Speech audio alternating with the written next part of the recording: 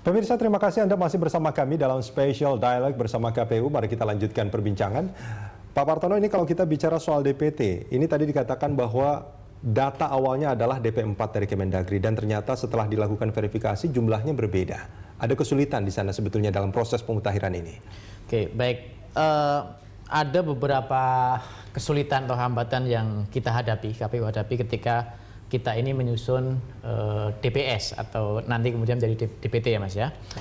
Pertama, ini event pilkada ya yang berbarengan dengan proses pemutakhiran data pemilih, sehingga konsentrasi teman-teman di bawah ya, PPK, PPS, Pantarlih itu terpecah antara mempersiapkan pemilu kada dengan menyiapkan data pemilih. Itu yang pertama.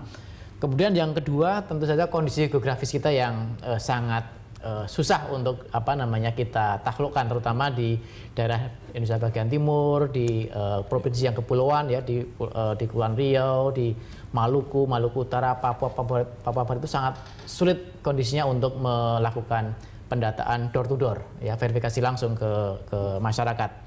Kemudian yang ketiga, rekrutmen anggota KPU di daerah juga ini juga menyulitkan kami karena waktunya hampir berbarengan dengan proses pemutakhiran.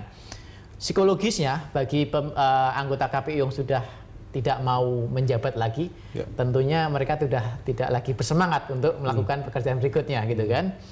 Ini yang jadi permasalahan kita. Yang keempat adalah mobilitas penduduk, ya.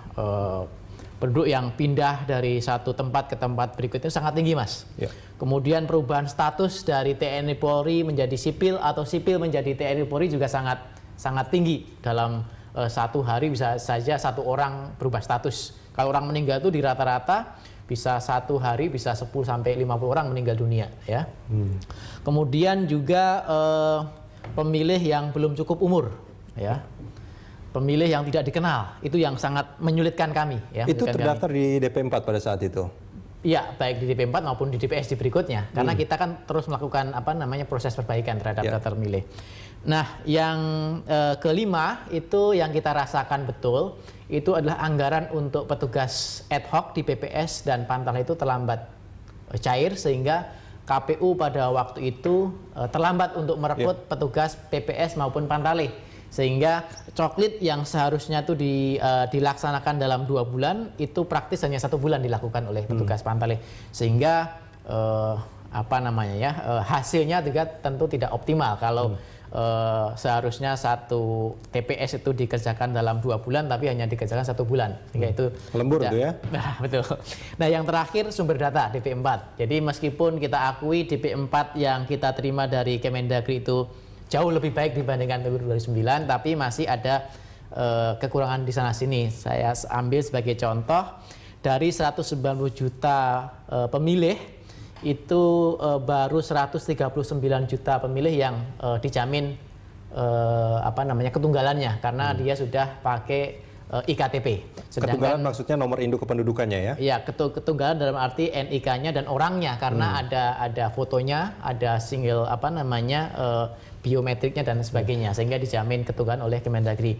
Sisanya yang sekitar 39 juta itu masih KTP biasa, dan itu yang tidak bisa dijamin ketunggalan oleh pemerintah. Yeah.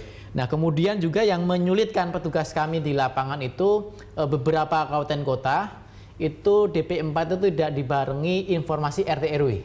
Ini menyulitkan bagi kami untuk mengelompokkan pemilih dalam TPS. Yeah. Nah, ini yang menjadi kesulitan kami. Lalu apa yang dilakukan oleh KPU itu kan begitu banyak permasalahan itu, dari event pilkada yang PPS-nya menjadi ada kurang fokus begitu ya, karena harus mengadakan pilkada dan segala macam. Ini apa yang dilakukan oleh KPU supaya menghasilkan DPT yang betul-betul valid dan bisa dipertanggungjawabkan dengan permasalahan yang begitu banyak? Ya, pertama tentu saja ada fungsi supervisi dan monitoring dari KPU tingkat pusat, KPU provinsi ke level bawahnya.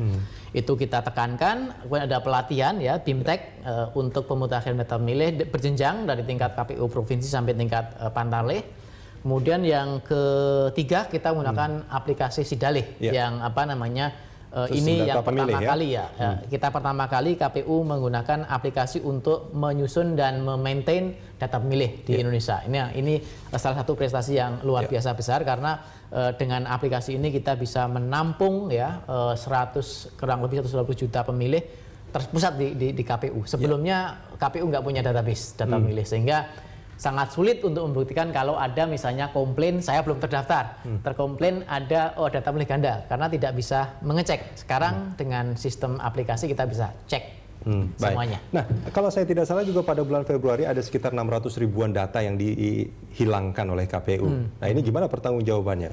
Ya, lebih tepatnya bukan 600 ribu tapi sekitar 750-an ribu. Lebih banyak justru. Lebih banyak ya. Ini menunjukkan KPU bekerja, meskipun saya sampaikan bukannya tadi DPT menghilangkan hak pilih warga ya? Tidak. Jadi kita bisa apa namanya sampaikan kepada publik bahwasannya pasca ditetapkannya DPT sejak pertama kali bulan Oktober sampai dengan Februari yang seperti Mas Rudi itu kita sampaikan bahwasannya ada pemilih yang tidak memenuhi syarat itu ada 750-an ribu pemilih ya. Kita bisa rinci yang meninggal dunia itu ada 129.527 ya. Kemudian anggota TNI Polri itu 3.151 pemilih. Kemudian belum cukup umur ada 6.012 pemilih ganda yang besar Mas. Itu ada sekitar 400.000 ya, yang kita hapus, kita coret karena dia terdaftar lebih dari 1 kali. Kemudian yang pindah domisili ini ada 221.000 pemilih, tidak dikenal, itu ada 80.000 pemilih. Artinya jadi, tercatat semuanya ya? Tercatat semuanya, dan itu bisa di track ya di sistem informasi kita. Di kita. Terkait DPT ini, ada yang diubah segala macam itu Pak Partono. Bagaimana pengaruhnya dengan jumlah logistik di tiap dapil? Apakah ini juga akan berpengaruh kemarin seperti ada yang kurang atau lebih segala macam? Tentu akan memengaruhi jumlah surat suara yang sudah dicetak ya. Jadi saya flashback sebentar terkait dengan logistik pemilu. Jadi KPU ini menandatangani MOU dengan penandatangan kontrak dengan pemenang tender pengadaan surat-surat itu di bulan Januari ya. Sehingga jumlah pemilih yang digunakan adalah pemilih di waktu Oktober yang itu ya, Oktober. Akan tapi di bulan Februari kita keluarkan SK KPU nomor 240 dengan jumlah pemilih tadi yang berkurang sekitar 750.000 pemilih tadi. Sehingga kita membuat adendum perbaikan kontrak kerja dengan para pemenang tender. Dan itu memang disahkan di kontrak itu memang diperbolehkan ada adendum itu ya? Iya. Kalaupun yang sudah karena itu perbaikan kontrak kerja itu dilakukan pertengahan Februari bagi